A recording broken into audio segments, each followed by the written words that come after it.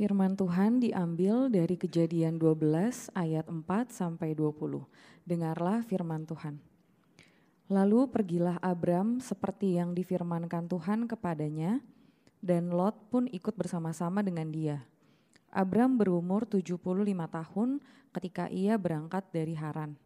Abram membawa Sarai, istrinya, dan Lot, anak saudaranya, dan segala harta benda yang didapat mereka dan orang-orang yang diperoleh mereka di Haran.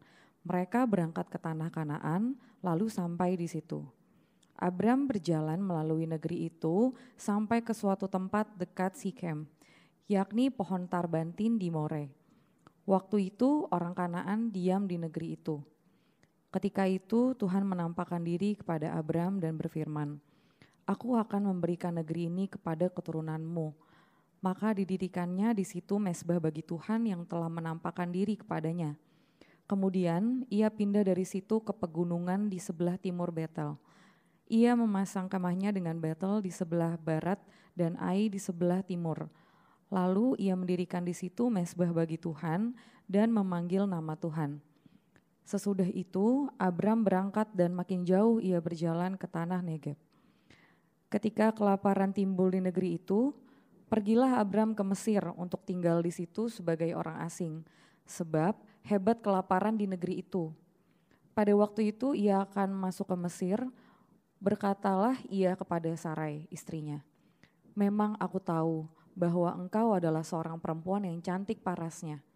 Apabila orang Mesir melihat engkau, mereka akan berkata, 'Itu istrinya.' Jadi mereka akan membunuh aku dan membiarkan engkau hidup. Katakanlah bahwa engkau adikku, supaya aku diperlakukan mereka dengan baik karena engkau, dan aku dibiarkan hidup oleh sebab engkau." Sesudah Abram masuk ke Mesir, orang Mesir itu melihat bahwa perempuan itu sangat cantik. Dan ketika punggawa-punggawa Firaun melihat Sarai, mereka memuji-mujinya di hadapan Firaun, sehingga perempuan itu dibawa ke istananya. Firaun menyambut Abram dengan baik-baik karena ia mengingini perempuan itu, dan Abram mendapat kambing domba, lembu sapi, keledai jantan, budak laki-laki dan perempuan, keledai betina, dan unta. Tetapi Tuhan menimpakan tulah yang hebat kepada Firaun. Demikian juga kepada si istananya karena Sarai istri Abram itu. Lalu Firaun memanggil Abram serta berkata, "Apakah yang kau perbuat ini terhadap aku? Mengapa tidak kau beritahukan bahwa ia istrimu? Mengapa engkau katakan dia adikku sehingga aku mengambilnya menjadi istriku? Sekarang inilah istrimu, ambillah dan pergilah." Lalu Firaun memerintahkan beberapa orang untuk mengantarkan Abram pergi bersama-sama dengan istrinya dan segala kepunyaannya. Demikianlah firman Tuhan. Thank you Nadia yang sudah membacakan satu kisah yang luar biasa tentang pemeliharaan Tuhan saudara yang akan kita renungkan sama-sama hari ini. Dan sebelum kita mendengarkan firman yang akan disampaikan hari ini, kita berdoa terlebih dahulu. Mari kita berdoa. Bapa, kami adalah orang-orang yang seringkali terlihat seperti Abram dalam kisah ini. Orang yang mendapatkan janji-Mu tetapi seringkali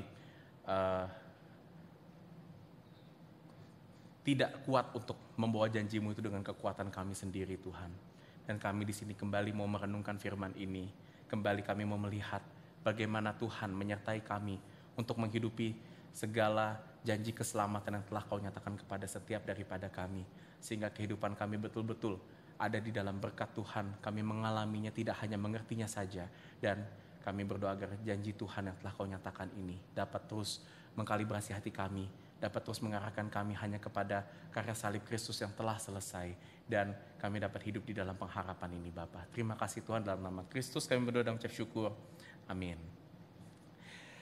Saudara, minggu lalu kita sudah menyelesaikan satu bagian dari Injil Lukas yang memfokuskan tentang narasi perjalanan Yesus dari Galilea ke Yerusalem yang kita udah pelajari dari Lukas pasal 9 sampai pasal 19 ayat 28.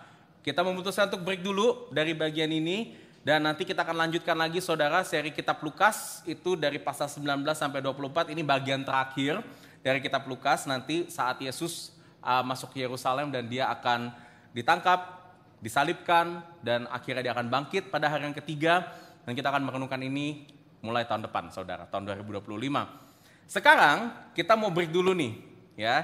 Jadi dari September ini masih ada sisa 3 minggu, minggu ini sampai 2 minggu ke depan, kita akan membawakan khotbah lepas. Khotbah lepas ini berarti bukan khotbah yang berurutan seperti yang biasa kita lakukan, tapi tetap akan kita bawakan secara eksegetikal. Jadi minggu depan akan ada perikop yang lain yang akan kita renungkan, dan juga 2 minggu lagi. Dan di bulan pertama, di minggu pertama bulan Oktober, saudara, kita akan memulai seri khotbah baru dari kitab 1 Timotius. Ya, kita akan kembali merenungkan satu surat Paulus. Udah lama saudara kita nggak mempelajari surat-surat Paulus, jadi ada baiknya kita akan kembali ke situ dan kita akan mempelajari Injil dari kitab 1 Timotius. Oke, hari ini saya mau mengalihkan perhatian kita kepada kisah di Perjanjian Lama. Di awal banget kitab Kejadian, saudara. Ya, yang ini merupakan, seperti yang tadi saya sudah bilang, awal dari janji kerajaan Allah yang dibawa dan digenapkan oleh Tuhan Yesus, seperti yang sudah kita lihat di kitab Lukas. Sebenarnya ini berkaitan erat, saudara, antara apa yang kita pelajari hari ini dengan apa yang sudah kita pelajari sebelum-sebelumnya di kitab Lukas. Nah, di awal ibadah tadi, saudara, kita sudah melihat bagian pertamanya nih, bagian awal dari perikop ini di Kejadian 12 ayat 1 sampai 3, di mana di situ Tuhan memberikan janji kepada Abraham yang kita kenal dengan nama perjanjian Abrahamik atau Abrahamic Covenant dalam bahasa Inggris, ya saudara. Kita udah lihat, saudara, bersama isi perjanjian ini di ayat panggilan ibadah kita tadi.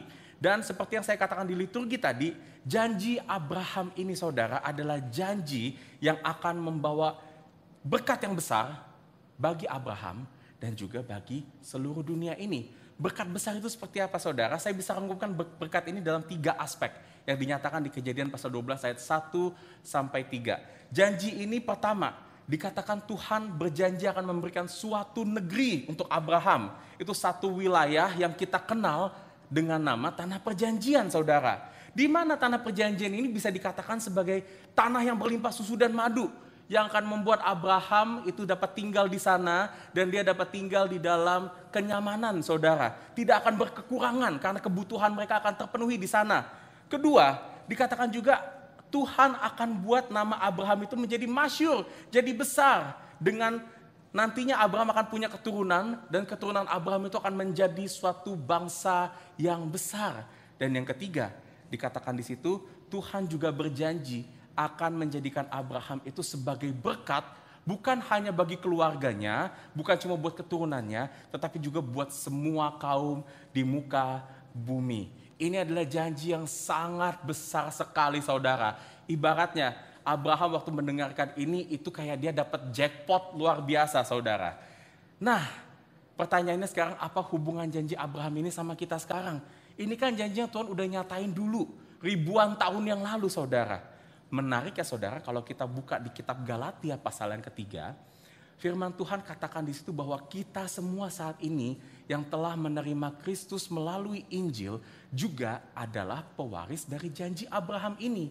Dengan kata lain, saudara, berkat yang tadi Tuhan janjikan kepada Abraham di Kejadian 12 ayat 1 sampai 3 juga adalah berkat yang Tuhan janjikan bagi kita semua saat ini yang kita terima melalui Injil di dalam Kristus. Kita mengimani, saudara, Injil yang berkata bahwa kita semua diselamatkan oleh karena kasih karunia Kristus, supaya kita dapat hidup di dalam berkat Tuhan, yaitu di dalam sukacita dan damai sejahtera yang senantiasa akan memenuhi hati kita. Karena apa?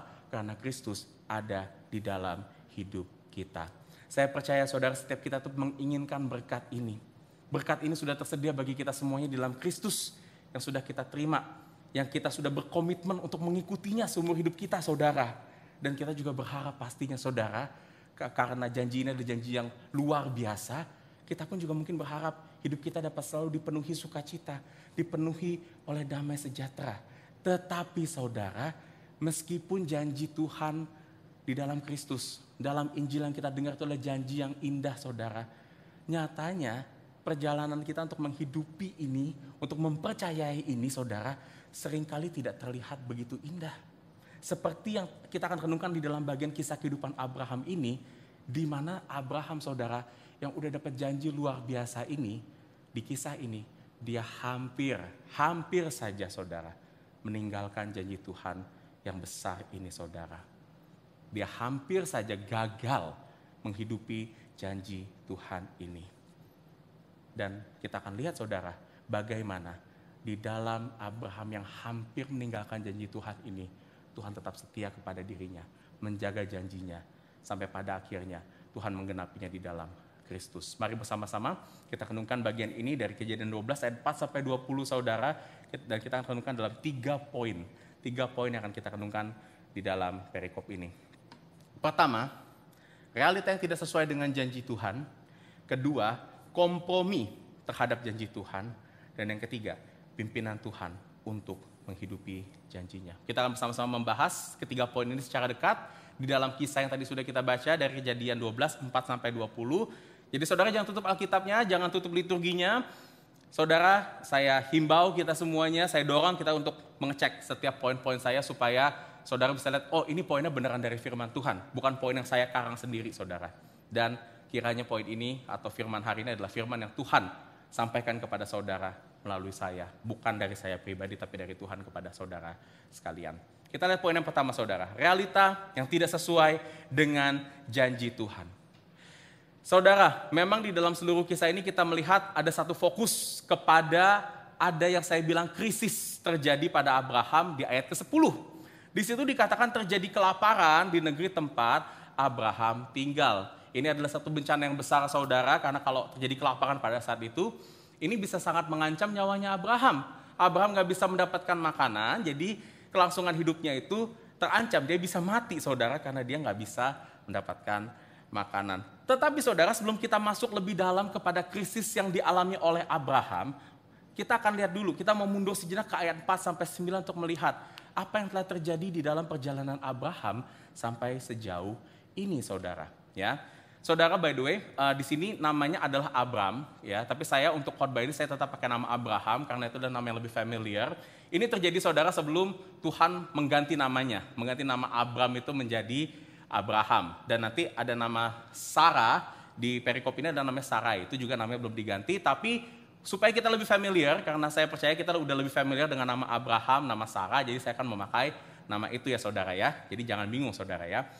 Oke, kita lihat apa yang terjadi di ayat 4 sampai 9. Kalau kita lihat di ayat 4, setelah Abraham itu dapat janji Tuhan, Abraham dikatakan di situ dia meresponi janji Tuhan untuk pergi ke tempat yang Tuhan janjikan. Dia mau pergi itu ke tanah perjanjian, meskipun saat itu Abraham tuh belum tahu tanah perjanjian itu ada di mana saudara. Dan ini sebetulnya bukan keputusan yang mudah untuk dijalani oleh Abraham. Kenapa begitu? Karena dikatakan di situ Abraham udah umur 70 tahun. Abraham itu udah jadi kakek-kakek saudara. Fisiknya mungkin sudah gak sekuat kita semua di sini. Dan pada masa itu saudara, untuk dia pergi dari satu kota ke kota yang lain, untuk kalau orang mau pergi, traveling, itu bukan hal yang mudah kayak sekarang. Kalau sekarang mah gampang, kita ada mobil, bisa naik kereta, bisa naik pesawat, bisa nyampe dari kota A ke kota B yang jaraknya itu ribuan kilo dalam waktu beberapa jam saja saudara. Tetapi buat Abraham pada masa itu dia harus jalan kaki, jalan setapak.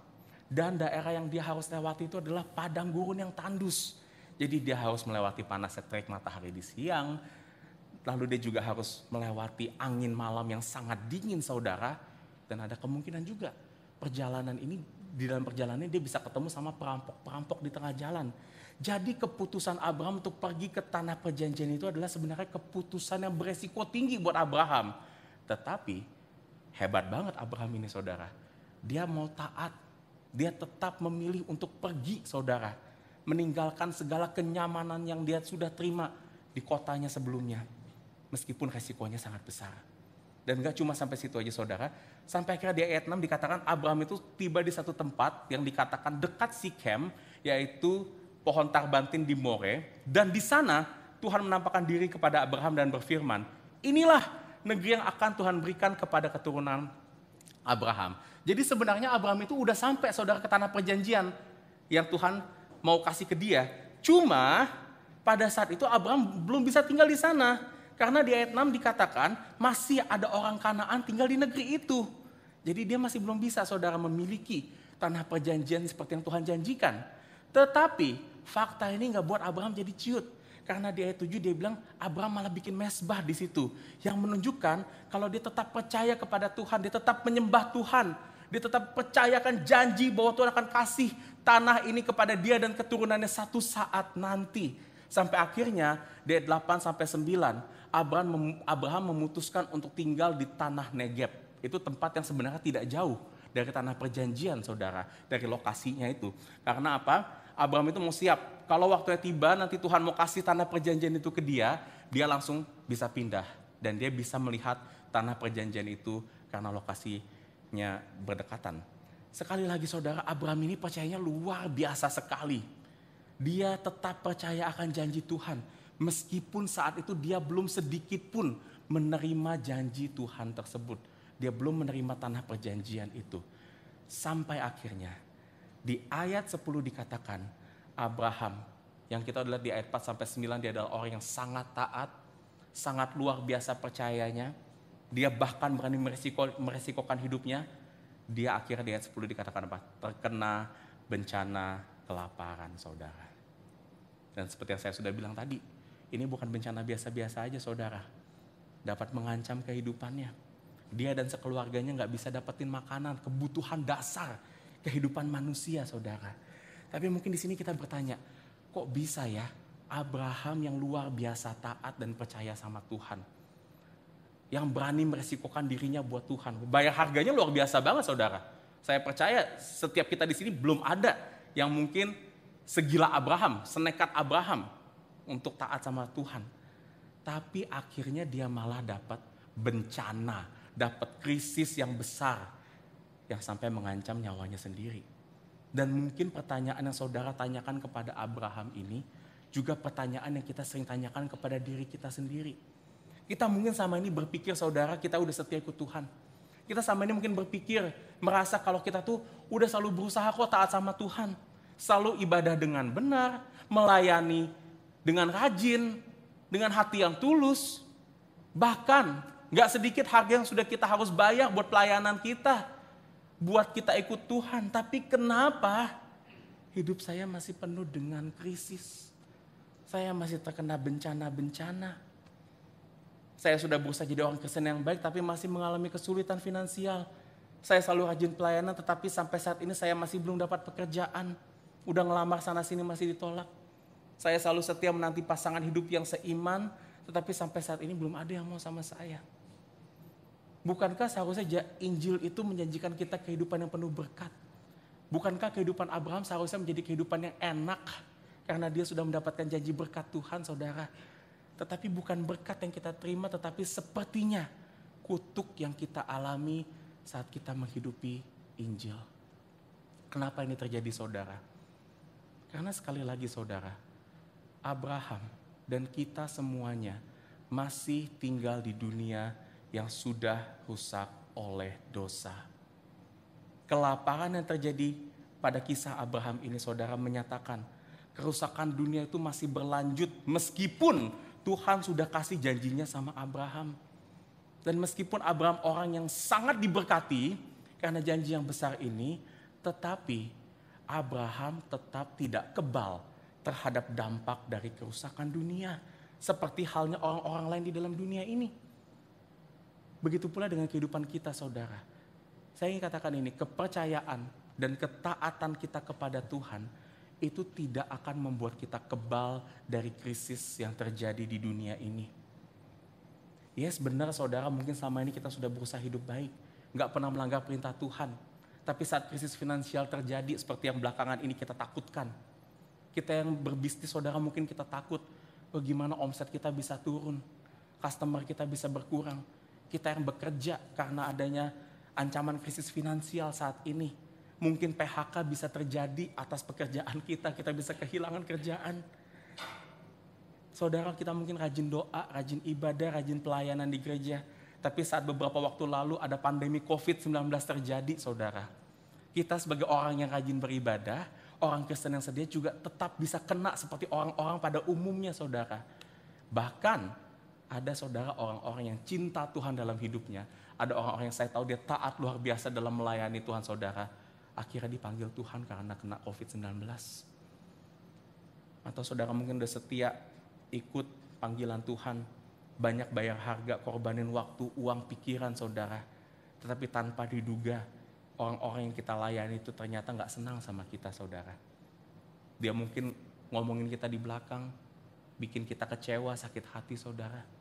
Dan ini sangat mungkin terjadi. Dan hari ini firman Tuhan menunjukkan kepada kita apa yang terjadi kepada Abraham, orang yang menerima janji Tuhan, bahwa kita saat ini saudara masih hidup berdampingan dengan krisis. Masih kita akan mengalami konflik atau masalah-masalah hidup lainnya, meskipun kita saat ini sudah menjadi anak-anak Tuhan.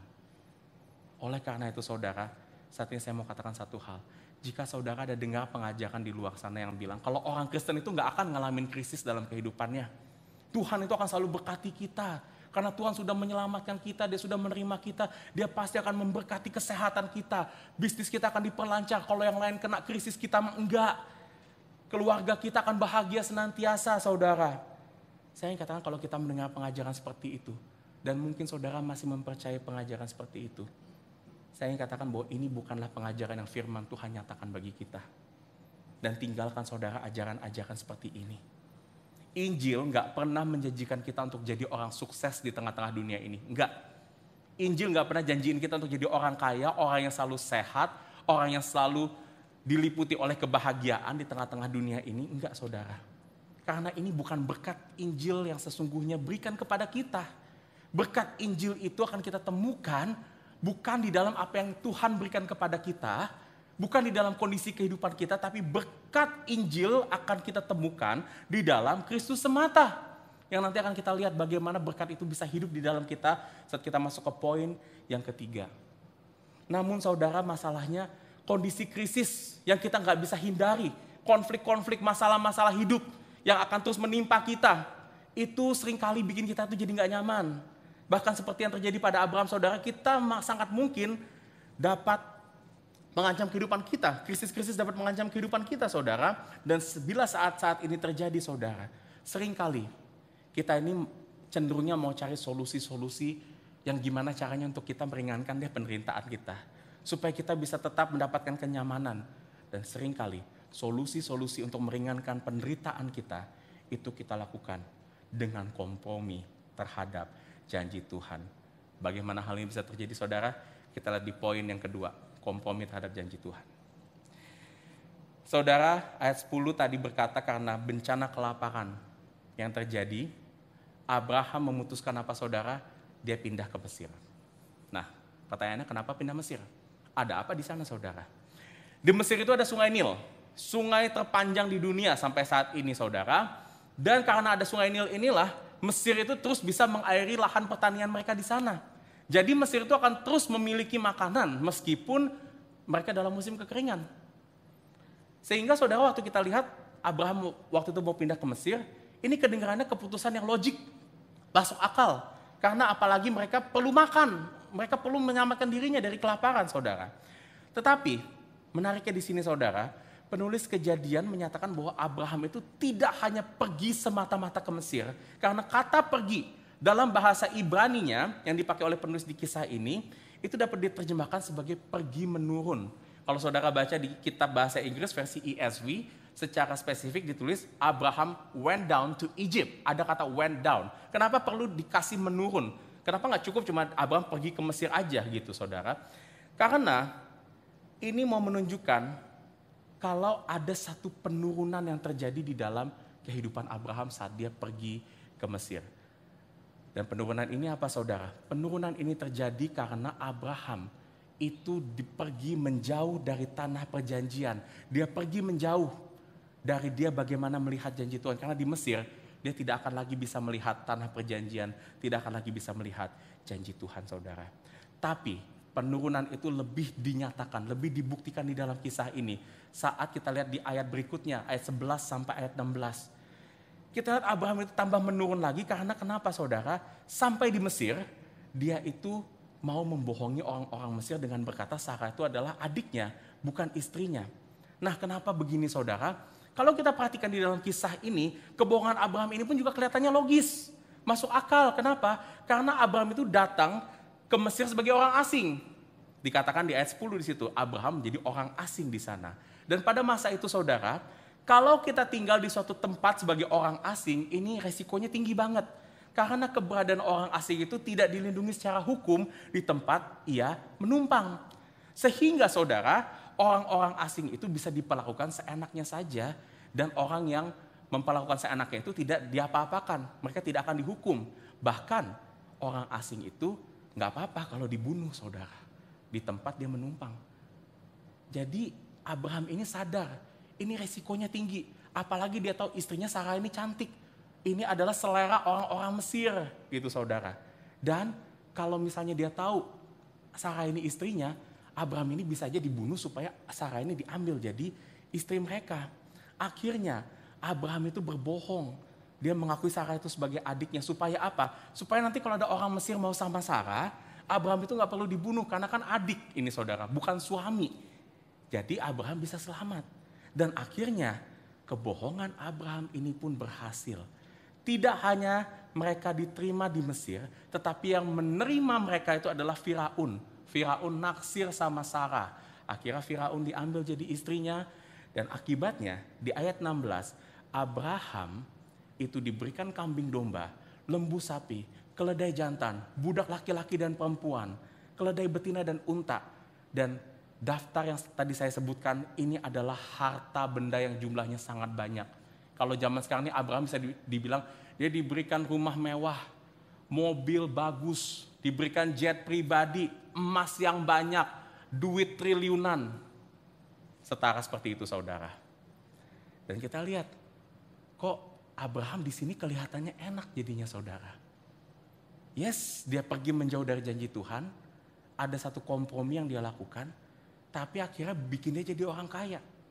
Kebanyakan saudara kita kalau dengar cerita Abraham sekarang di dunia ini, kita pasti puji Abraham. Kita bilang, wah Abraham ini hebat, pintar lihat peluang. Dia berani ambil resiko tinggi, tapi juga bisa dapat hasil tinggi juga.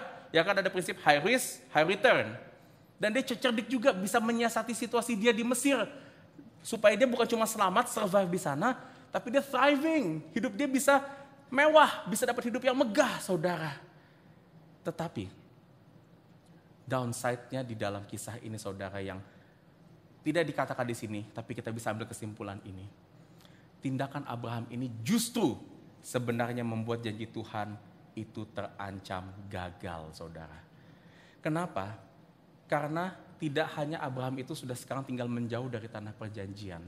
Abraham sekarang udah lagi nggak punya istri. Sarah kan udah diambil jadi istrinya Firaun di situ.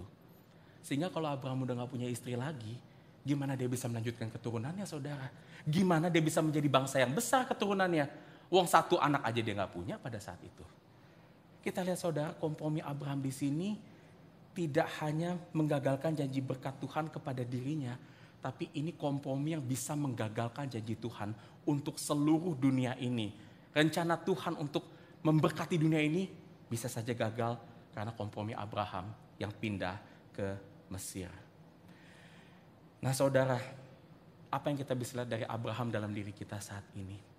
Seringkali saudara, saat kita mengalami kelaparan, krisis hidup yang luar biasa, tidak jarang saudara, kita berkompromi untuk melihat ke Mesir. Atau Mesir ini bisa saya bilang berhala-berhala di sekitar kita saudara, ketimbang kita tetap melihat kepada Tuhan. Apa aja saudara Mesir-Mesir dalam kehidupan kita saat ini? Mesir-Mesir atau berhala-berhala itu seringkali kita temui, itu bukan lagi dalam wujud patung-patung, dewa-dewa, atau jimat-jimat saudara. Tetapi berhala itu sekarang hadir dalam wujud yang menarik. Yang seolah kita lihat, oh gak ada salahnya kalau kita punya berhala ini. Yang kita lihat, ini kok bisa memberikan jalan keluar yang masuk akal, yang cepat, yang mudah buat krisis kehidupan kita saudara. Misalnya saudara, berhala itu terlihat sekarang saat bisnis kita lagi susah. Gimana berhala itu akhirnya jadi kita kompromi, mau akalin keuangan kita supaya nanti bayar pajak kita lebih kecil. Kita sogok deh pihak-pihak tertentu biar proyek kita lolos. Kalau enggak gimana nih cash flow kita seret. Gimana nih kita bohongin customer deh. Bilang kalau barang ini sebenarnya buatan lokal, tetapi kita bilang ini buatan Amerika biar kita bisa jual lebih mahalan lagi. Kompromi-kompromi kayak gitu. Atau mungkin saudara, kita yang lagi single saat ini, Berhala itu bisa jadi kompromi kita buat, ya udah deh cari pacar yang gak seiman deh. Karena yang seiman susah banget dapatnya sekarang. Ini pas ada yang gak seiman, ngobrol-ngobrol, cocok nih sama kita nih. Nyambung, hobinya mirip, interestnya mirip, dia bisa ngerti perasaan kita. Ya udahlah, daripada gak ada sama sekali, aku sama yang gak seiman aja deh gitu.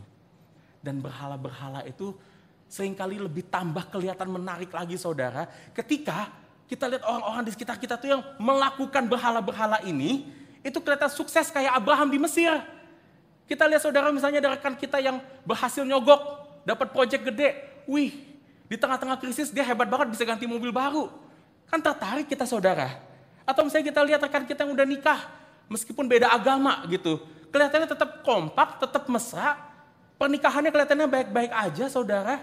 Kita juga pasti akan kepikiran, wah bisa juga ya kayak begitu ya. Saya sendiri saudara harus mengakui saudara bahwa saya gampang tertarik juga dengan hal-hal seperti ini.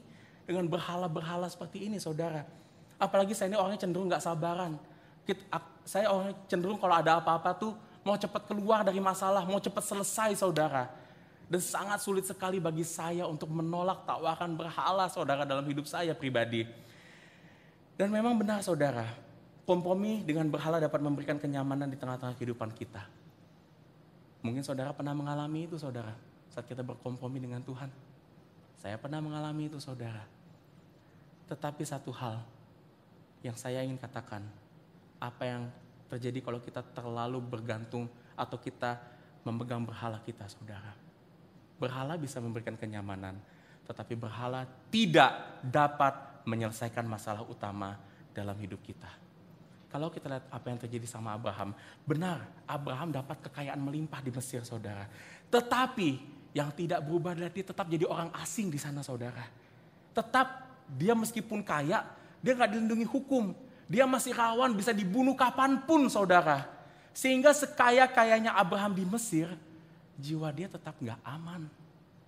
Saudara, berhala mungkin bisa mengubah situasi kehidupan kita sekarang.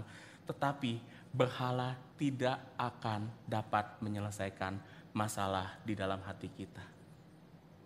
Apa maksud saya di sini? Saudara, mungkin kalau kita balik ke analogi atau beberapa contoh saya tadi. Mungkin saat kita lagi mengalami krisis finansial, kesulitan bisnis. Hati kita apa yang terjadi saudara? Kita khawatir, takut, resah. Gimana nanti kalau bisnisku bangkrut? Kalau bisnisku bangkrut aku mau kerja apa? Gak punya uang, gak bisa makan saudara. Khawatir, takut. Tapi apa yang terjadi kalau kita kompromi? Ternyata kompromi kita berhasil, bisnis kita maju, kerjaan kita jadi bagus. Saya mau katakan khawatirnya juga gak hilang loh saudara. Khawatirnya cuma berubah. Kalau tadi khawatirnya kita, khawatir gimana biar supaya bisnis kita gak bangkrut. Sekarang khawatir, gimana saya jaga nih uang saya nih, supaya uang saya tetap banyak. Saya invest kemana nih? Aduh takut uang saya nanti habis, takut jadi miskin lagi. Khawatirnya gak hilang loh saudara. Atau misalnya kita yang masih single, dulu kita pas masih single kita ngerasa kesepian. Takut gimana kalau gak ada yang mau sama saya, gak mau nerima saya apa adanya. Tapi nanti udah dapat pasangan hidup, kekhawatiran ini juga gak hilang saudara. Kita malah jadi khawatir gimana ya saya bisa terus nyenengin pasangan saya. Supaya kenapa pasangan saya itu terus bisa memenuhi hati saya. Supaya bisa bikin saya gak kesepian lagi saudara. Saudara, kita lihat apa yang terjadi kalau kita berpegang sama berhala. Berhala gak menghilangkan krisis. Berhala cuma akan mengubah wujud krisis itu jadi wujud yang lain saudara. Sampai akhirnya saudara, dengan berbagai wujud yang berhala itu bisa bikin dalam kehidupan kita. Kita akan lihat saudara, nantinya kita akan perlu berhala lebih banyak lagi. Lebih banyak lagi. Akhirnya berhala gak akan memberikan kenyamanan buat kita, tapi ada jadi stres. Kita jadi dituntut, kurang terus saudara. Sampai akhirnya kita kecewa. Dan kita ngeliat kok hidup saya kayaknya gak punya pengharapan di sini. Lihat saudara, kompromi dengan berhala itu saya mau katakan gak ada gunanya. Enak di depan, tapi sakit yang dalam ada di belakangnya saudara. Tapi pertanyaannya saudara, kalau kita gak pegang berhala ini, gimana kita tetap bisa ngalamin janji Tuhan di tengah-tengah krisis kehidupan kita? Krisis tetap berat loh saudara. Kita anak Tuhan tetap, kalau kita kena krisis, kita juga akan tetap menderita sama kayak orang-orang lain. Nah gimana sekarang kita tetap bisa berpegang kepada janji Tuhan di tengah-tengah kondisi seperti ini dengan tidak kompromi kepada berhala? Jawabannya saudara ada di poin ketiga, dengan kita melihat bagaimana Tuhan memimpin kehidupan kita untuk menghidupi janjinya. Kita masuk ke poin yang ketiga. Saudara, di poin ini saya akan berfokus kepada lanjutan cerita dari ayat 17 sampai ayat 20. Kita lihat apa yang terjadi di ayat 17. Untuk pertama kalinya saudara, kalau saudara perhatikan di dalam narasi kisah Abraham di Mesir, dari ayat 10 sampai 20, di ayat 17 ini pertama kalinya nama Tuhan itu disebut.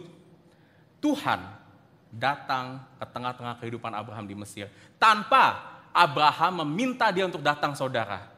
Atau bisa dibilang Tuhan di sini mengintervensi saudara kehidupan Abraham di Mesir. Dengan akhirnya apa yang terjadi? Tuhan kasih tulah kepada Firaun supaya Firaun sadar kalau Sarah yang dia ambil itu adalah istri Abraham, bukan adiknya. Tetapi menariknya saudara, meskipun Firaun udah tahu akan hal ini, Firaun gak bunuh Abraham. Padahal dia kesel banget pasti sama Abraham saudara, karena udah dibohongin begitu besar. Bahkan saudara, di ayat 20 dikatakan Abraham itu disuruh pergi dari Mesir dan dia boleh bawa seluruh harta bendanya dan diutus orang untuk mengantarnya biar dia pulang ke tanah Negeb dengan aman. Dengan kata lain saudara, kita bisa lihat sini Tuhan mengintervensi kehidupan Abraham supaya apa? Abraham itu bisa kembali untuk tinggal dekat ke tanah perjanjian, dan ini terjadi supaya apa saudara? Janji Tuhan itu tetap dapat berlanjut dan supaya Abraham juga tetap dapat tinggal di dalam janji Tuhan. Apa yang kita bisa lihat di sini? Saudara, Tuhan adalah Tuhan yang memulai janjinya dengan Abraham tanpa Abraham memintanya. Kalau saudara baca di awal Kejadian pasal 12 pun, kita juga melihat tiba-tiba sepertinya Tuhan itu datang kepada Abraham dan memberikan janjinya kepada Abraham. Dan di sini kita melihat Tuhan juga ada Tuhan yang memelihara dan menjaga janjinya juga tanpa Abraham memintanya.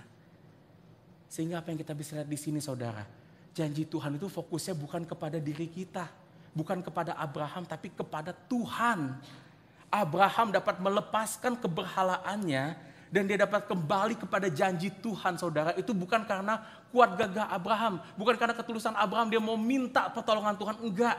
Tetapi karena kedaulatan Tuhan, Abraham tetap mendapatkan janji Tuhan.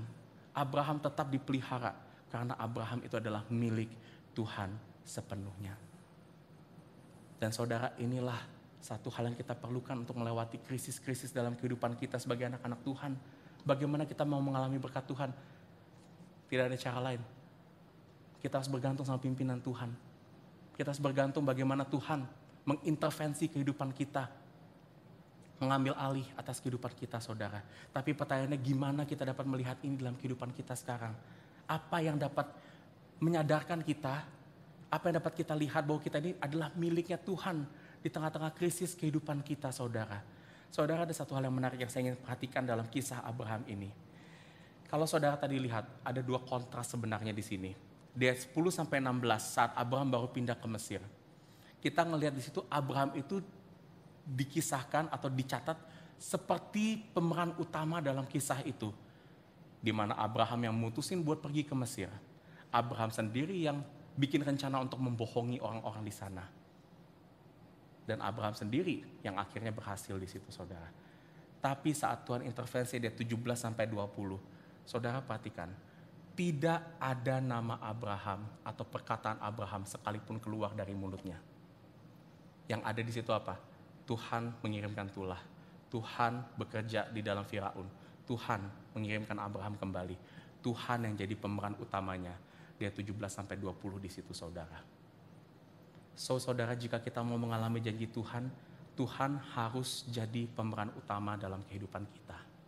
We have to let Him work in our lives. Dengan cara apa saudara? Serahkan kehidupan kita. Jangan batasi kuasa Tuhan. Bergantung sepenuhnya sama Tuhan. Dan saya katakan ini bukan cuma salah satu jalan, tapi satu-satunya jalan saudara. Supaya kita dapat melihat janji Tuhan, mengalami janji Tuhan itu bukan cuma kita ngerti, tapi kita benar-benar ngalamin berkat Injil itu saudara dalam hidup kita. Dengan apa? Membiarkan Tuhan pimpin hidup kita sepenuhnya saudara. Kenapa gitu saudara? Karena Tuhan tidak hanya jadi pemeran utama yang melindungi janjinya Abraham di tengah-tengah krisis yang dialami Abraham saat itu aja saudara. Tuhan tetap jadi pemeran utama saudara di dalam krisis-krisis yang menimpa umat Tuhan setelahnya. Apakah itu saat bangsa Israel, umat pilihan Allah, mengembara 40 tahun di padang gurun, terkena krisis pada saat itu Tuhan pimpin. Saat bangsa Israel terkena krisis, berkompromi, dia menyembah berhala, meninggalkan Tuhan, Tuhan tetap pimpin mereka loh. Dikirim hakim-hakim, dikirim raja-raja untuk membalikkan mereka kepada Tuhan. Saat mereka akhirnya hancur saudara, kerajaannya tidak bersisa, dibuang ke Babilonia. Tuhan bilang apa? Tuhan akan kembali merestorasi kerajaan mereka. Tuhan masih pimpin saudara. Dia masih tetap memimpin umat-umatnya di dalam krisis-krisis yang tadi saya sebutkan. Sampai pada akhirnya Tuhan, sang pemeran utama ini, dia masuk ke dalam krisis dunia ini sendiri. Dan dia mengalami penderitaan di bawah krisis dunia ini sendiri saudara. Seperti yang kita alami. Supaya kenapa saudara? Supaya Tuhan tuh gak cuma ngelihat di atas doang apa yang terjadi sama kita yang menderita. Tapi dia juga ikut menderita.